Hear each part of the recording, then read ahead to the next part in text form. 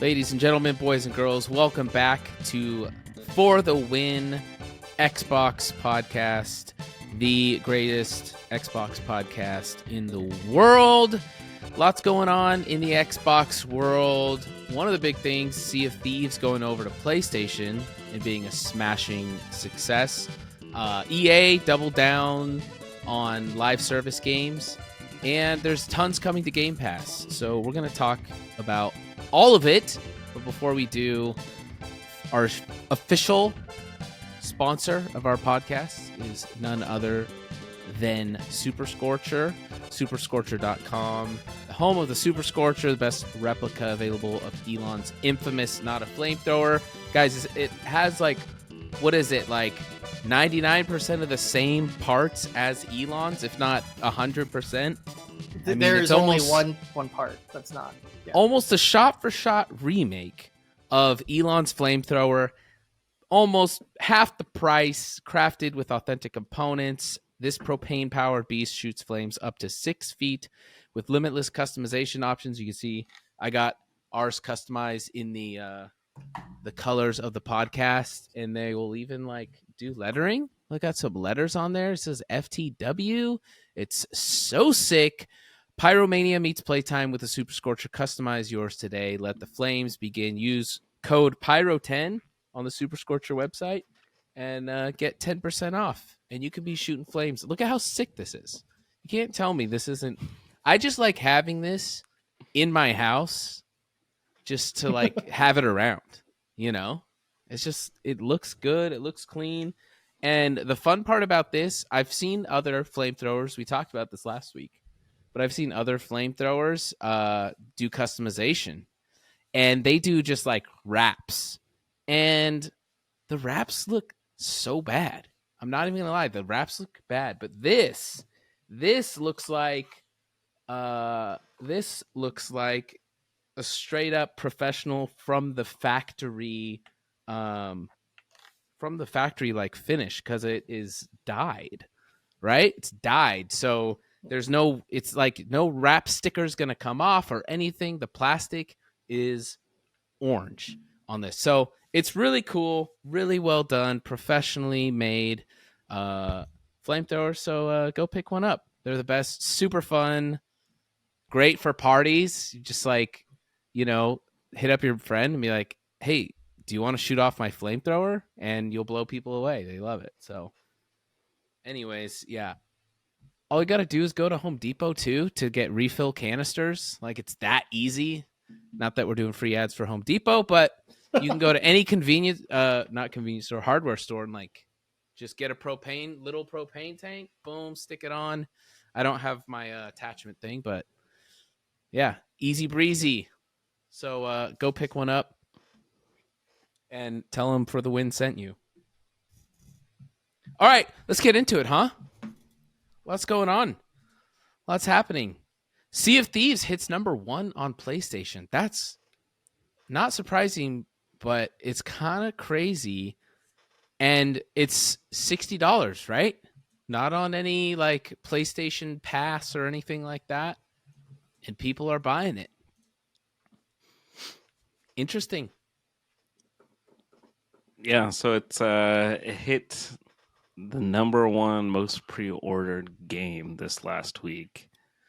And I mean, from a business perspective, it seems like Microsoft made the right move, I think Sea of Thieves had, already pretty much saturated the Xbox market. I don't think anyone else was going to be joining in to play it, or, it has its core community, but as far as gaining a whole load of new players, this would be the only way to do it, is to launch on another platform like this. So I think we're seeing just kind of the start of life of former exclusives being released on competing platforms. So I think the fact that it has the $60 price tag is also just kind of crazy to me.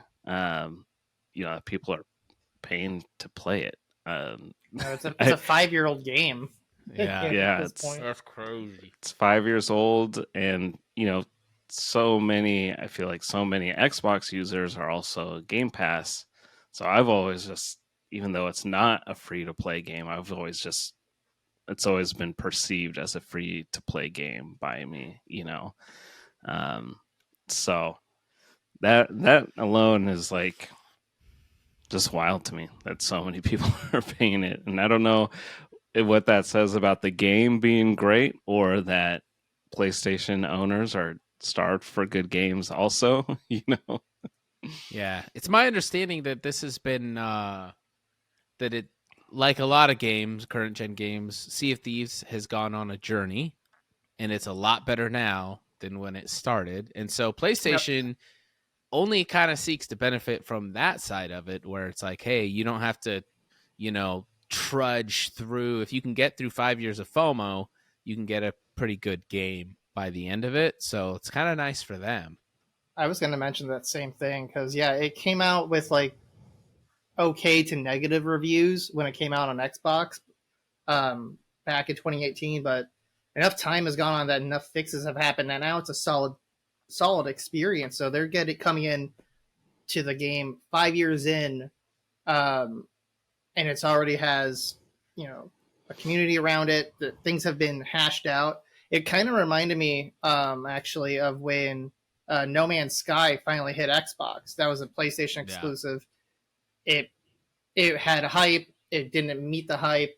It eventually caught itself back up, and then when we got it on Xbox, it was after that whole thing happened out. So we just got a solid experience. So they're getting that same kind of deal here.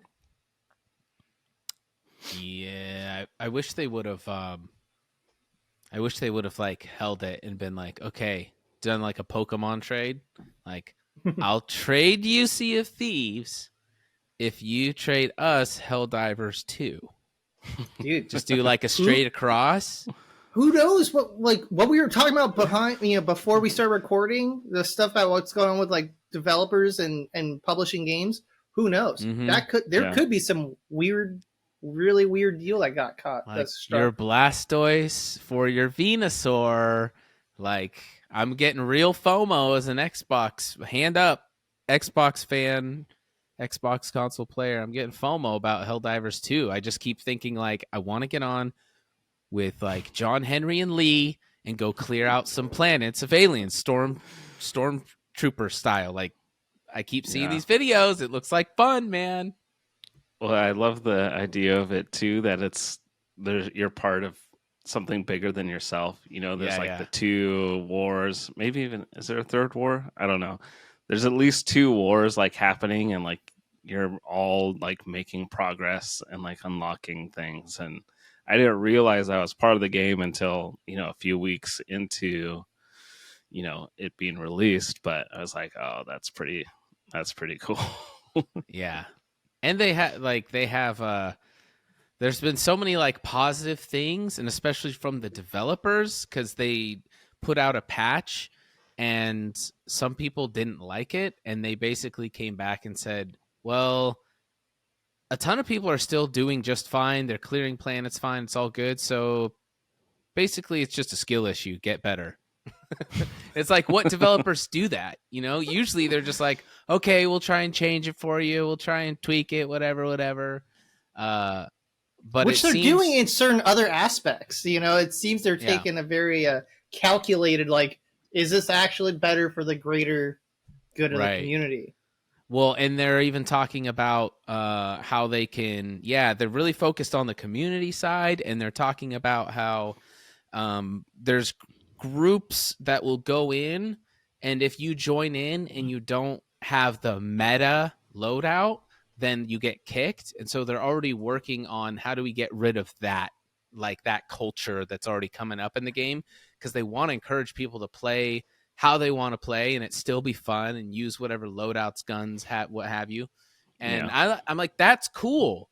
Like, that's cool. That's fun. So I just keep hearing good things every week, and it's making me go like, come on, Uncle Phil.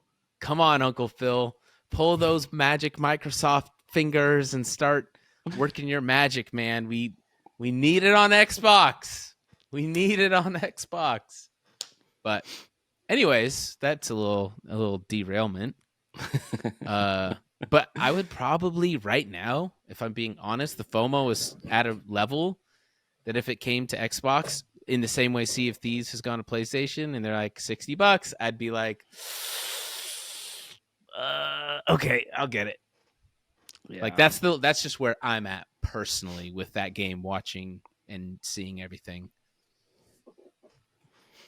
But it's interesting with Sea of Thieves that it was like it was pitched as a 10-year game as a service, and we're 5 years in now, and it's still just chugging along. So that's good. And I wonder if that 10-year plan was set with like PC and Xbox in mind, and now that they have an additional group of like sect of players, I wonder if that's gonna alter that plan like at all. I guess we'll see. Just interesting to think about. yeah. Yeah. Well, I've only played Sea of Thieves a bit. I haven't put hardly any time into it, but my dad loves the game, and he's got a buddy of his that they just go on adventures together. But my one experience playing Sea of Thieves is my dad like, you gotta play this with me. Get online. You gotta play with me. So I like install the game, get in. I literally get in like the very first boat, head out, and immediately the Kraken shows up, destroys me, kills me, puts me in the boat. And when you die, you go to like this, I don't know, like a ghost ship or like a afterlife ship or whatever. And when other players on the server die, they also go there. And so I go there and there's other guys waiting to like be released. And I was just like, dude, I just started this game and the Kraken just killed me. And they were like, wait, are you serious? I'm like, yeah, I just like loaded my character, went to the dock, got on the boat, and the Kraken showed up and killed me. And they started dying, cracking up, because apparently the Kraken showing up is not a very common thing. And it's like supposed to be like this whoa huge moment like when it shows up randomly as you're adventuring, but it's like the very first thing I encountered was the Kraken, and they're just like, you can tell because I have like nothing on me, the very like starting weapon and gun, and like it was just like, okay, so that's what this game's about, huh? It's like running into the butcher in your very first dungeon ever in Dungeons or in freaking Diablo. Yeah. Which is crazy. Yeah. So that's wild. I'm gonna open my door real quick. I'm like sweating like a dog in here.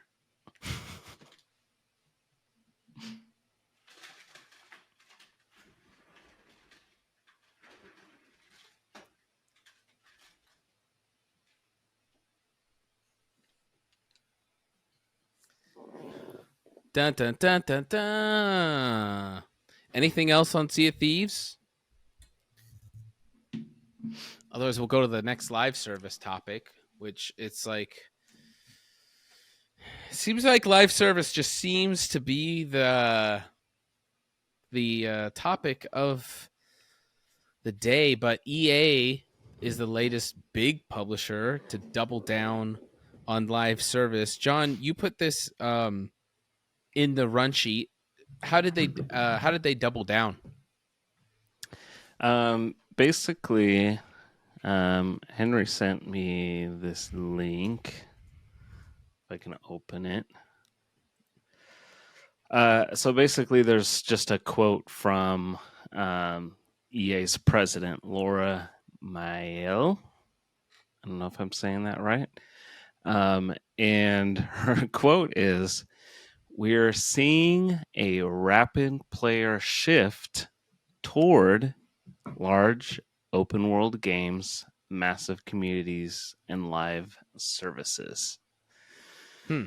So that is like their justification for it. They're saying this is what players want. This is where they, you know, this is what they're moving towards. We're going to focus on this now because this is what the players want. So why not give the players exactly what they want?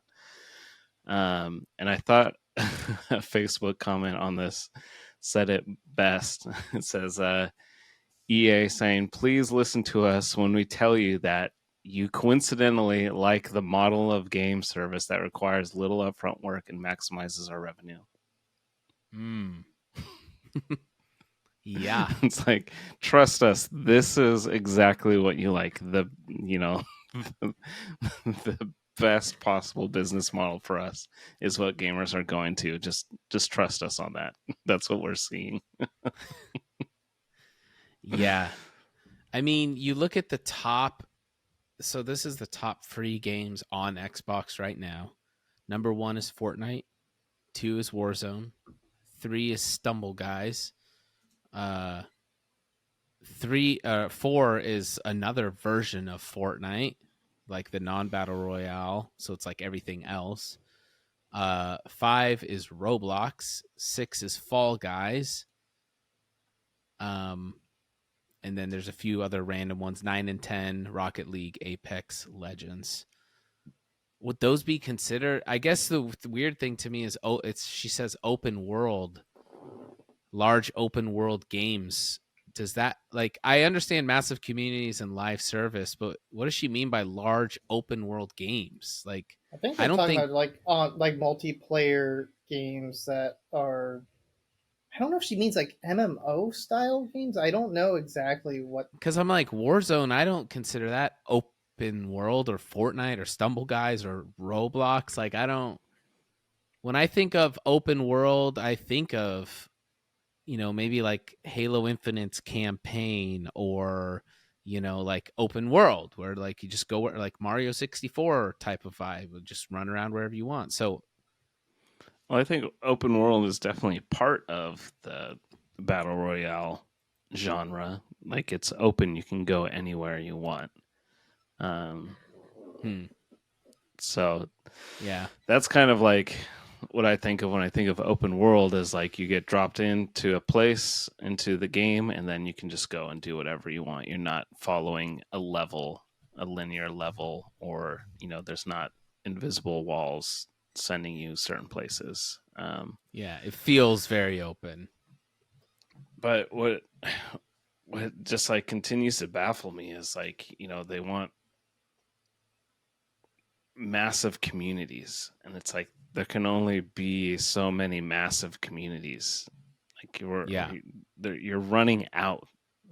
Like there can only be one Fortnite, and like I don't know how many, like how much overlap is there between, if you're looking at like the top 10 games being played on Xbox right now, like how much overlap is there? Like, are any of the Call of Duty players also playing Fortnite, or are they like they're just playing Call of Duty, right? Yeah, I'd say a majority. And then Minecraft is like its own thing. I don't imagine a lot of Minecraft players are like playing Minecraft and then just like, oh, I feel like playing some Call of Duty, I'm gonna switch to that. Like those are Right. two like totally different things.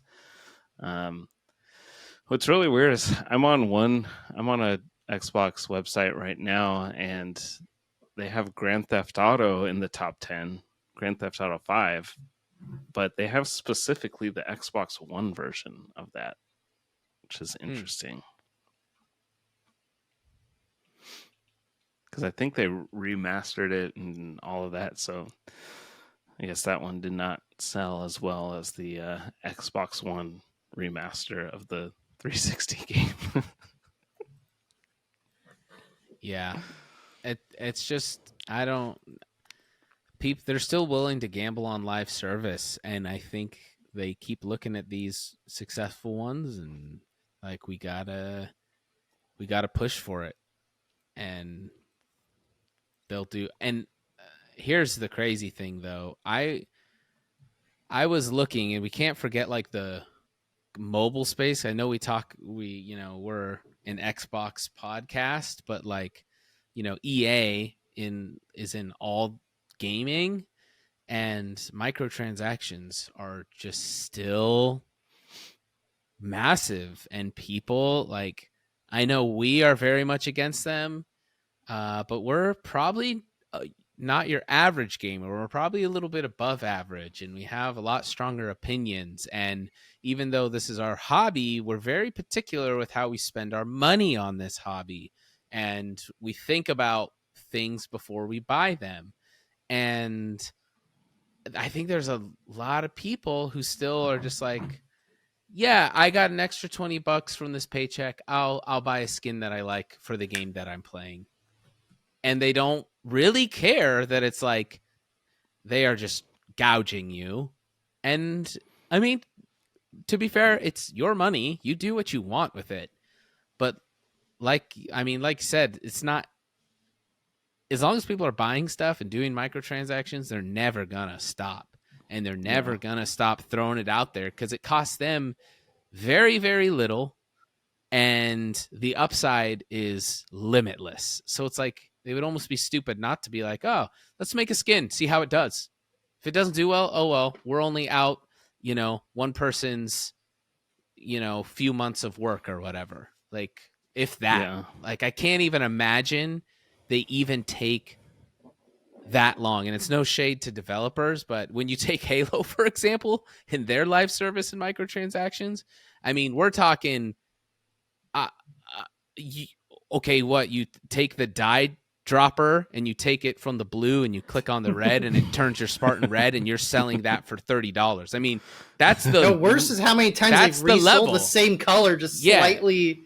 And like, I'm partially colorblind, so I get really just miffed looking at the Halo and stuff because it's like same color. I'm like, is this the same dang color? I can't tell. I can't tell sometimes. Yeah. So, I mean, we'll see what, EA does from here. But as part of like the statement that they put out, they're also canceling Respawn's Star Wars FPS that they had been working on, which I think was rumored to be like a Mandalorian game, if I'm not mistaken. Yeah. But yeah, they're pivoting away from that to, focus on this. And I mean, they still do like a decent amount of, single player experiences. They have the Star Wars Jedi series, and I think they're a part of, or they own BioWare, which, Mass Effect and Dragon Age are all like single player titles. But yeah, it just makes me wonder what it's going to take, how many failures before this kind of trend goes away. But I think as long as microtransactions are profitable, like, it's never going away. It's not going to go away until like less than half the players stop participating in it, and I don't see that happening because they do such a good job of like, selling the convenience and other stuff. People don't think about where their dollar goes, and like, because like, a lot of the live service games are fun. A lot of them are, and they are good, and so people play them. And as long as, like I said a couple weeks ago, a studio, if they're big enough, it won't matter if they release 10 live service games and 4 of them flop. If the other 6 are bringing in the money, then as far as they're concerned, that's the way to go. And it's not the live service aspect that is what made those other things flop. That's not what they see, Wild times. Game Pass has a lot of cool stuff coming up. Control, Warhammer 40,000, Bolt Gun, NBA 2K4, System Shock Remake, Retro RPGs, Grandia and Grandia 2. And this is pretty cool. Star Wars Battlefront Classic Collection, March 14th. 32? 64? Is it 32? 64 person multiplayer lobbies? It was big. Crazy. It was big. Yeah. It was big. What are you guys excited about?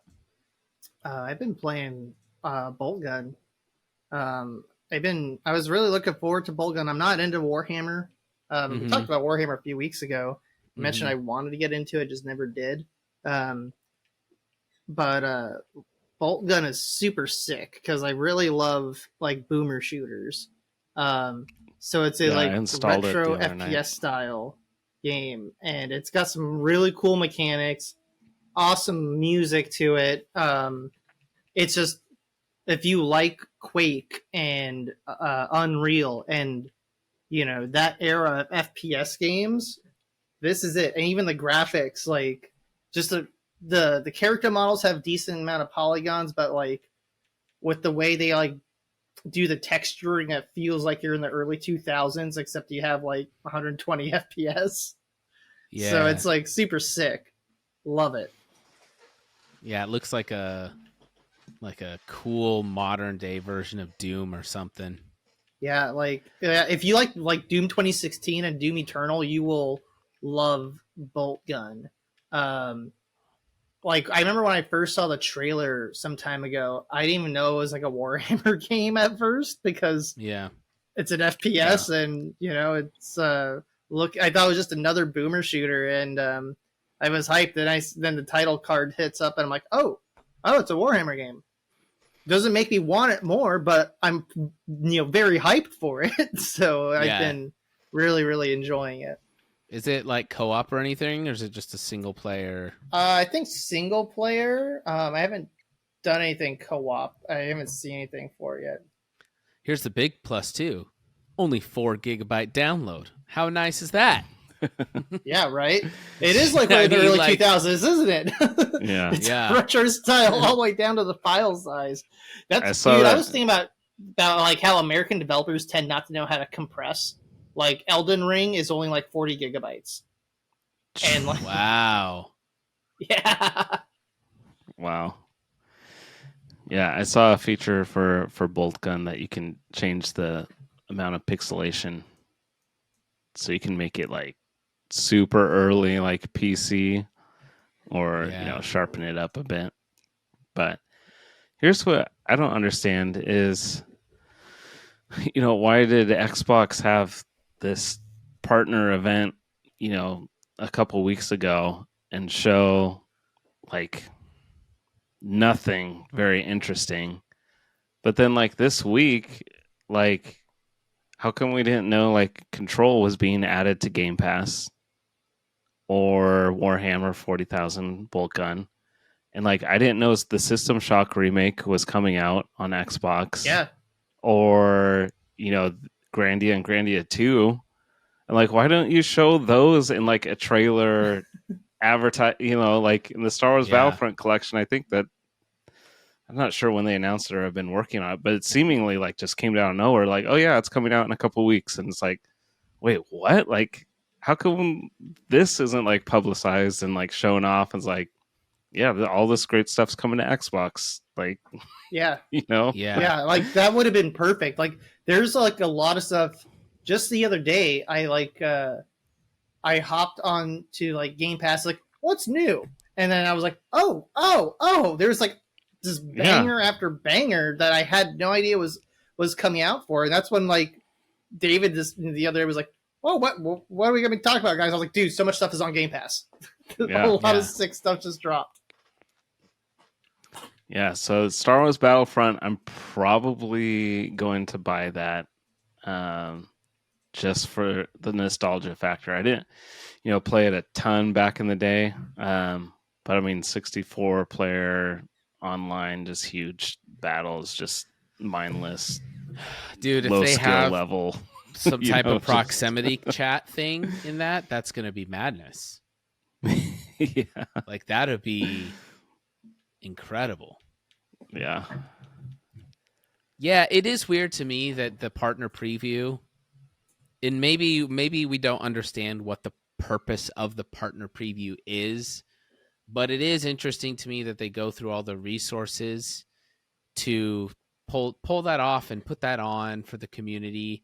And what they're highlighting is, no offense to the developers and stuff, but I'm like, they're highlighting all the stuff that I'm like, none of this is interesting. None of this is anything I'd want to play. And then I think probably just on like the Xbox podcast, they probably just say, yeah, and this is coming. I know the Xbox podcast, they do some of this, but it's like, when you're putting on like a big event for the people, for the general Xbox community, you should just be like, yeah, we got Star Wars, we got Control, we got like Bolt Gun, which is the 6 shooter, like highlight those things. I feel like, Yeah, Mm-hmm. not a lot of hype for those, but Which is crazy because there was so much hype about a lot of those beforehand.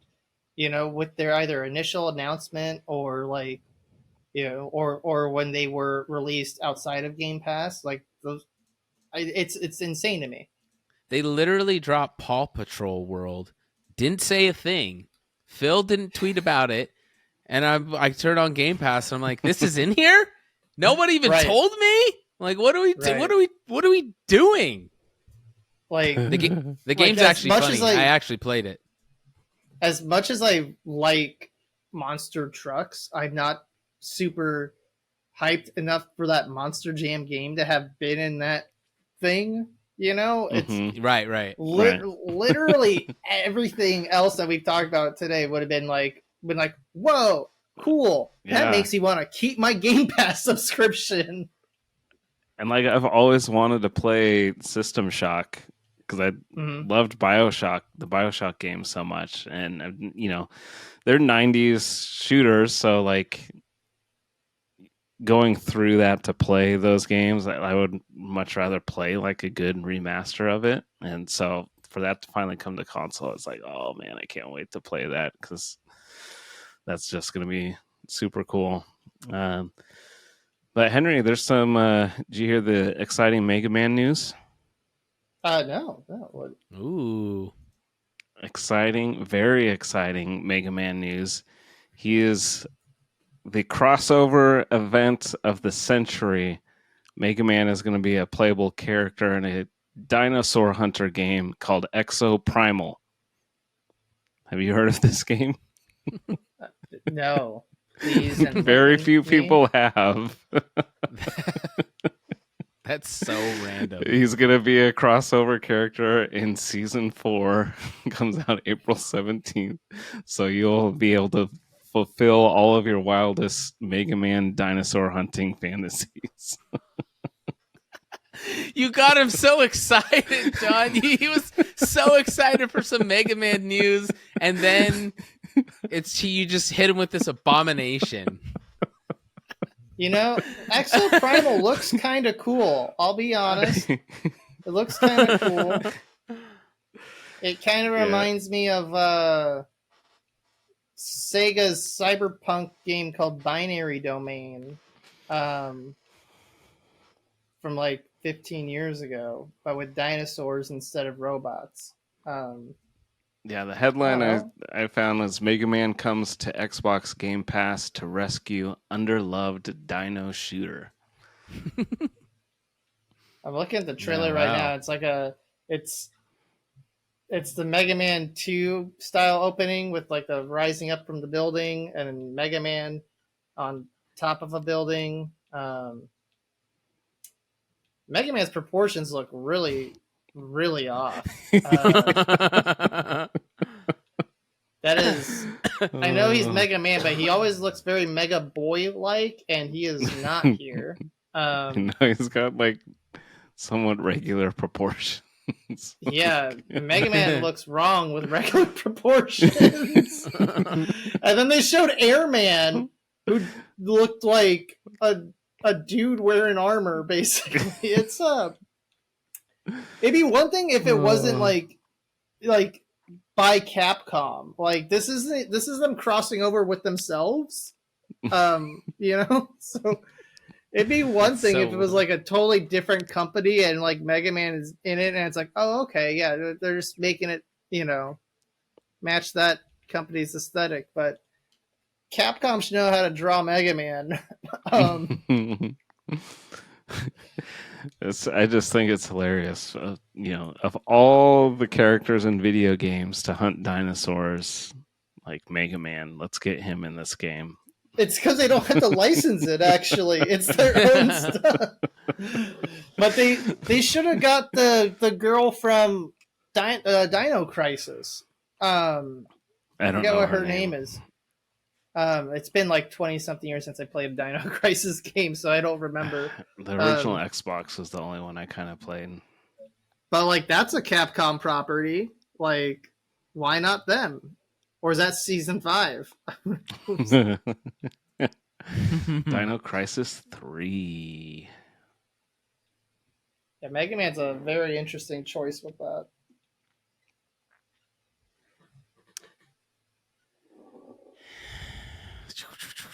Lots of good games. Do you know anything about Control?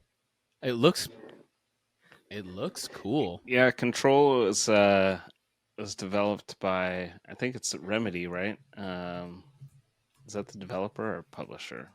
I never know. But they also did one of my favorite games of last gen, Quantum Break. Mm-hmm. And I really really enjoyed that game. So my understanding is it's in a similar vein, but I mean it's gotten like insanely good reviews and people love it, and it's definitely on my to play list. So go ahead.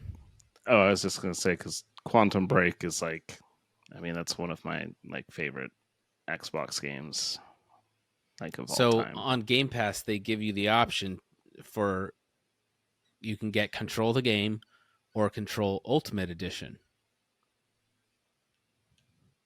Which one are you getting? I don't know. I'll have to see what's in the Ultimate Edition. The regular version is 42 gigs. The Ultimate Edition is 43 gigs. Big decisions here. So it looks like... Remember what I said earlier? Can American developers compress their data very well? Because maybe that 1 gig is a lot of stuff. Maybe it's not. So it looks like the Ultimate Edition includes the expansions, the DLC. So It looks like there's two expansions, two more like story add-ons, and they have achievements tied to them. So then I would probably just do the Ultimate Edition and play through the whole thing. So what's also kind of interesting is another game coming to Game Pass is a baseball game, MLB The Show 24. Yep. Which I don't know the last time I played a baseball game. It's Ken Griffey Jr. probably baseball. been over 10 years. Probably since like Triple Play on the original PlayStation was like the last baseball game I played. Yeah. Ken Griffey Jr. on the N64. But so we mentioned NBA 2K4 coming to Game Pass, and 2K has already announced that it's going to be leaving Game Pass in August. So they already said it's going to be on for 6 months, and then it's going away. So I don't know if that like correlates with 2K5 coming out. I think even in 2K's like description of the game, like they tell people, hey, you're not going to be able to play this a couple of years after release because we sunset everything and move on to the next game. So I thought that was interesting. Like one day they're announcing 2K4 coming to Game Pass, and the next day it's leaving in August. Like just like that. It's almost like that is Like if you're a sports fan, Game Pass is the only option you have now at this point. Because it would just make no sense to like rebuy. Just buy the games. It just makes zero sense, especially if they're sunsetting like a couple. Yeah, I mean, let's just say be generous and say they sunset after 5 years. That still is like, one, it's insane, but two, it's like, what if you like that iteration? Because I've played these sports games and they always just iterate slightly. And some you really like. Some people really like Madden 2006 and 07. They didn't really like it that much because of the small changes they made. And it's like the fact that you can't play it. I mean, at least Counter-Strike had a 20-year run and then Henry got screwed over, But it's like we don't even get that anymore. I wonder how it was only 10 years, by the way. I wonder how sports fans who like someone who loves the baseball games and it's like, I wonder how they feel about this.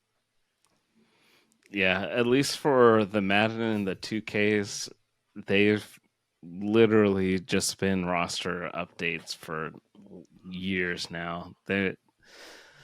You look at 2K and the Maddens, like they're some of the worst reviewed games by users ever, And to me, this seems like 2K just fishing for some last ditch microtransaction money before the next game comes out, because I mean 2K is just like riddled with microtransactions.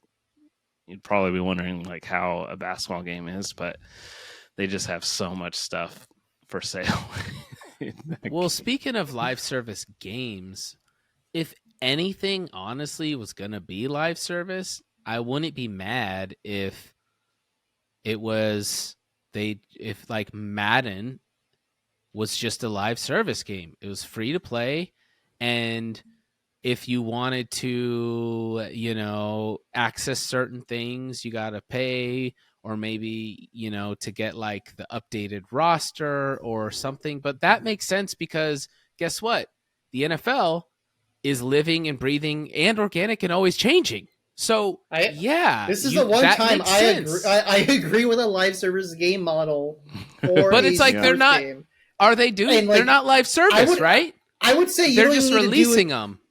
You could do it live service with a full paid game, and like you could keep that game in like a perpetual $60, and people would still do it because once they pay that $60, now they're just in the Madden ecosystem, and they get the newest rosters and whatever. Right. It would make sense for a sports game. And there's so much like you could do with that as well. Like if you wanna do microtransactions, cool, fair enough. Because in all those games, there are multiplayer modes, and you have create a player and all that stuff. And it's like, yeah, you can sell your stupid different weird jerseys or shoes or cleats or helmets and do all that, but a live service actually makes sense. Pay $60, get in the Madden universe. Pay $60, get in the NBA 2K universe. Pay $60, get into the FIFA universe, and then everything else inside, just like Fortnite. What's weird to me is when these games like these other games that have no business being live service or live service. Right. Yeah. See, I think you could even do Madden. I mean, a lot of the issues with Madden specifically is just how poor the game runs and like the glitches and things like that plague it. But if you got Madden back to like when it was a much more polished product, and I mean, you could run it just like WoW. You pay $30 for an expansion, and then you pay like $10-15 a month to have access. Like, I think people would pay a subscription to play Madden if they knew that, the rosters were always going to be updated, that, they were constantly working on the game, and that they had like some kind of career progression so that you could like work your way up to becoming just like a Madden god, and work your way up through the ranks Oh, oh, online tournaments, like all of that stuff. Like you pay the yeah, subscription, you get entry into online tournaments and things like that. So you could keep like the base game free and have like social matchmaking or something like that. But then if you want to do ranked competitive tournaments, all of that, pay a subscription. And then you could even have it so that, the if you win in those tournaments, then it contributes towards like your rank and your right. cred, and then like you can unlock money tournaments. And so you take some of that subscription money, put it into prize pools. I mean, Madden has a huge player base. Yep. Do that with any of like the FIFAs and NBAs and things like that. With a sports game, like it's the one time like where a season pass, that phrase alone Right. makes sense. Yes. Actual seasons. And like you Like, could run it alongside the actual NFL season. Yeah. Do a big NFL promo within the NFL season, and it could coincide with that, and there could just be a special playlist that's like, hey, you get one game a week. You're going to be matched up against someone. You like go through a playoff system. It's a tournament, and like you could win a Super Bowl every year. Then that gets thrown on your profile. Looks good. Like there's so much that could be done with live service with Madden, and I don't even play it, but I'm like, that would be sick. That'd be cool. Imagine if there was a real season, like once a year, there was a basically a tournament, which is what the NFL season is, and you could enter, and you're playing one game a week in that tournament, and you have potential to go all the way, win a Super Bowl, and then you get a free cool unlock because you won the Super Bowl. 2, get like something added to your profile or something that you can just flex on players. That'd just be nuts. It's so easy to get people to buy in, but instead But see, I don't know what they're doing. the problem is that there's like what we're saying makes sense, but it's not nickel and dimey enough. Yeah. That's the problem. Yeah. So one of the issues with like 2K is I think like the most played game mode is like a 2-on-2 or like 3-on-3 mode, and you're playing with like your created character.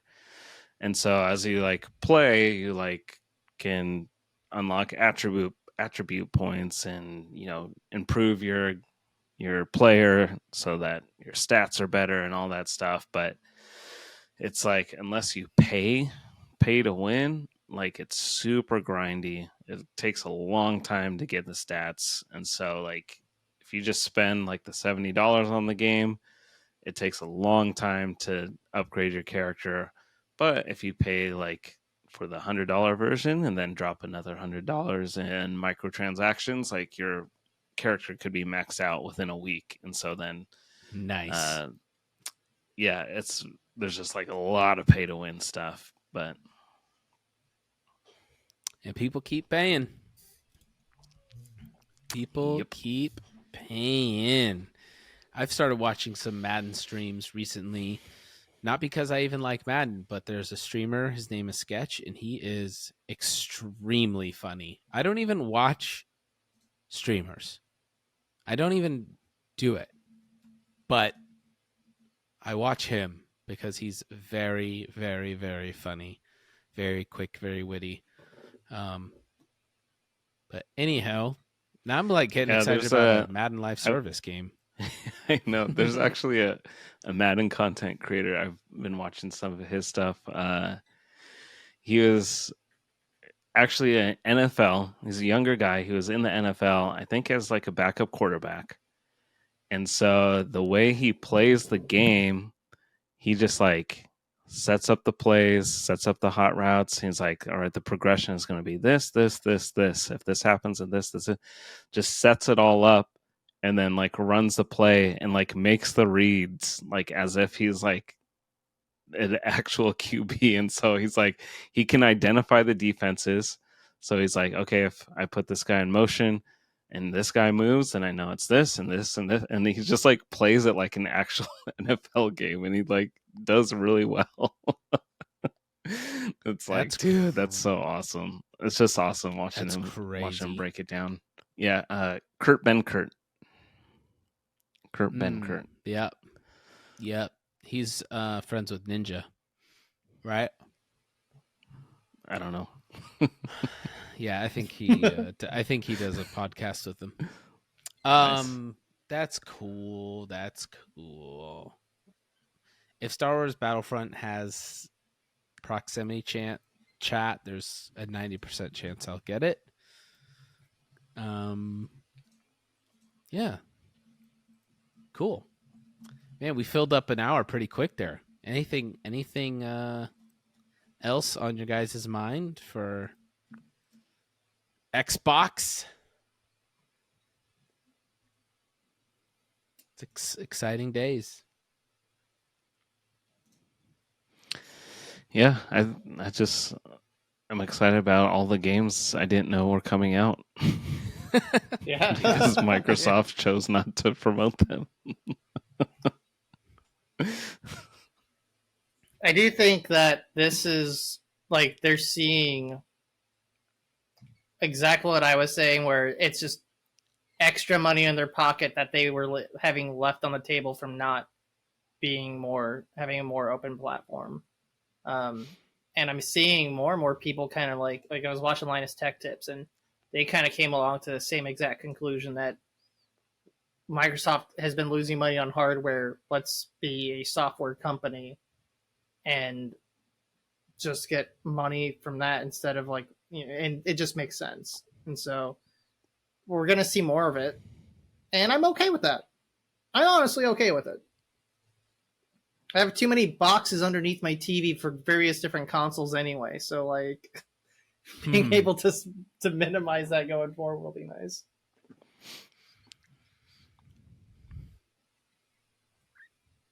Yeah, so Star Wars will be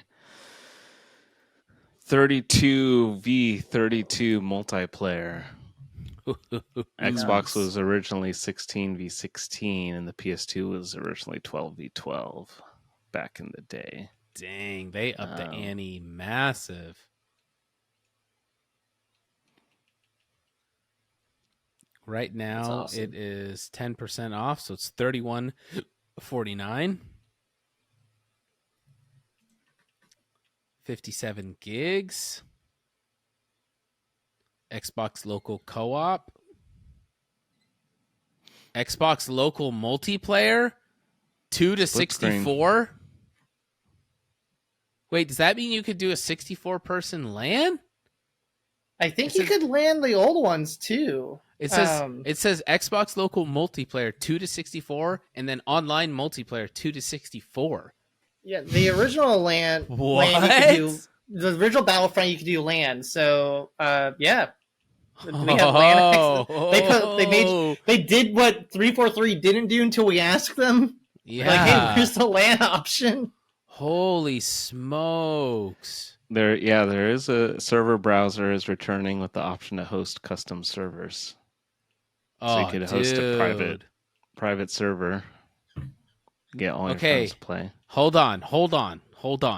It dropped today, right? It came out today. I'm looking through the ratings and the reviews. They're not great. Here we go. 1 star, poor online. Even with 1 gig net internet, it lags both games.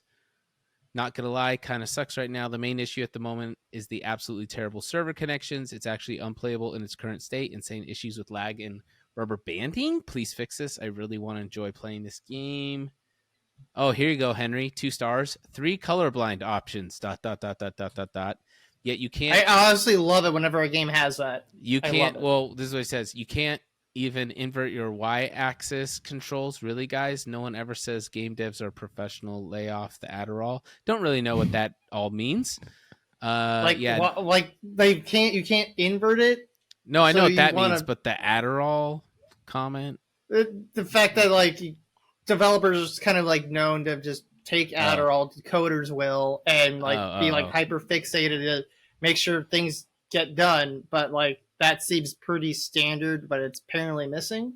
Another person complaining about no invert controls. This sucks. I plan to play all night. OG has Y-axis flip.